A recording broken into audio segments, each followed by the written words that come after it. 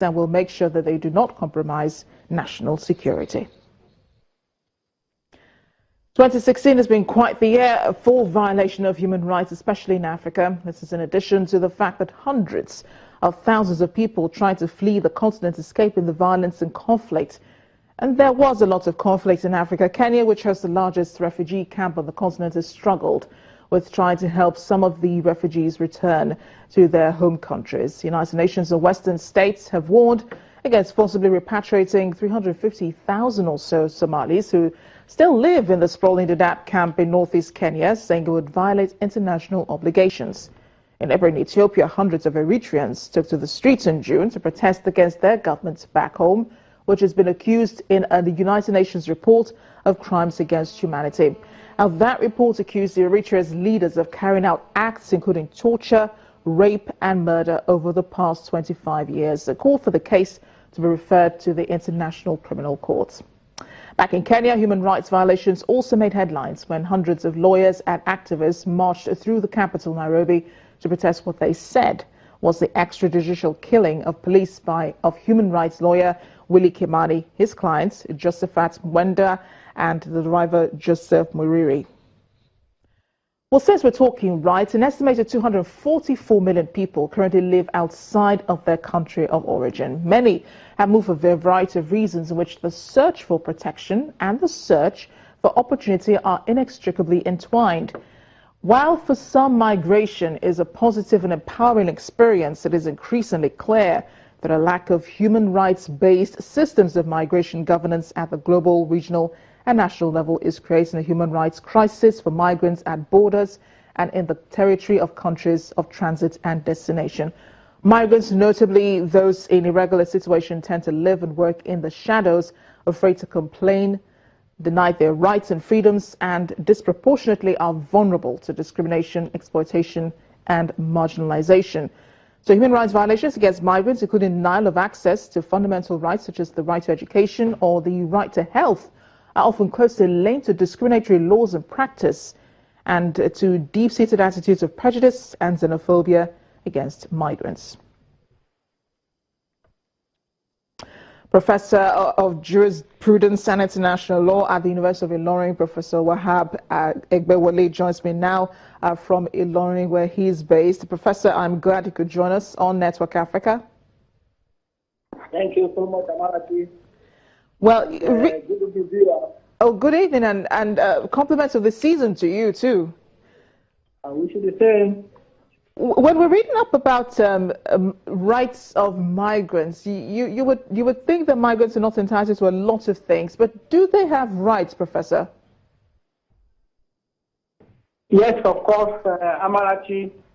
Every human being has rights without any limitation as to status or state of birth or position in life.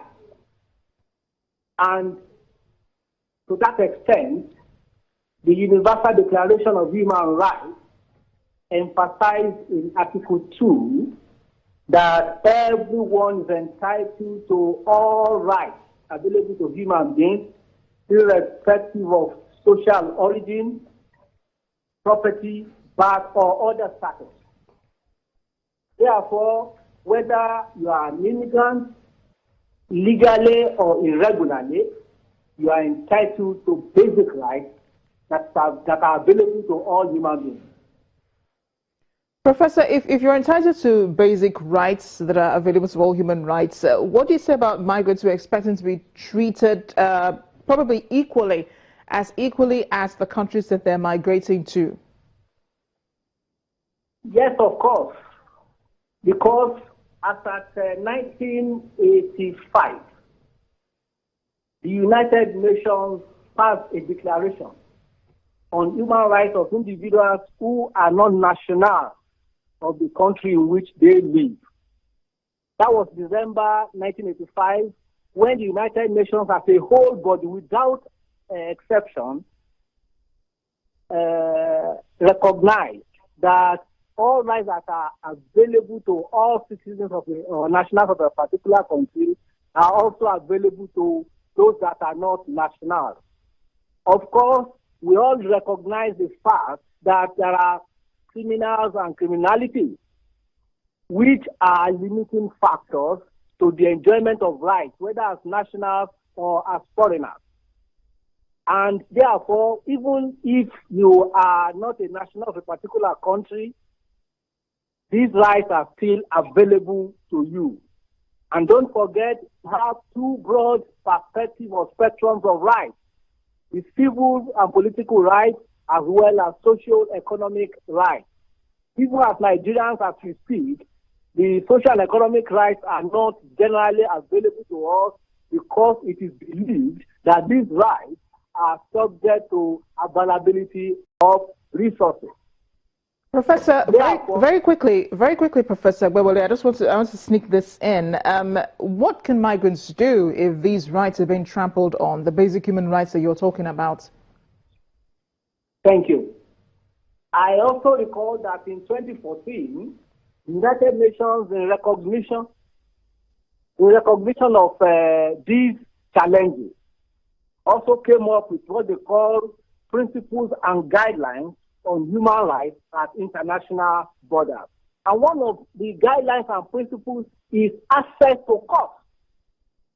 That if an immigrant's right is violated or breached, he or she has a right to access court and challenge it irrespective of status. And this it is important to underscore what the United Nations Human Rights Commissioner on Human Rights said at the passage of the said principle. He said, underpinning these principles, we do appreciate Professor Wahab Egbewole for joining us on Network Africa. I'm so sorry that had to stop abruptly. I guess we had a problem with the network.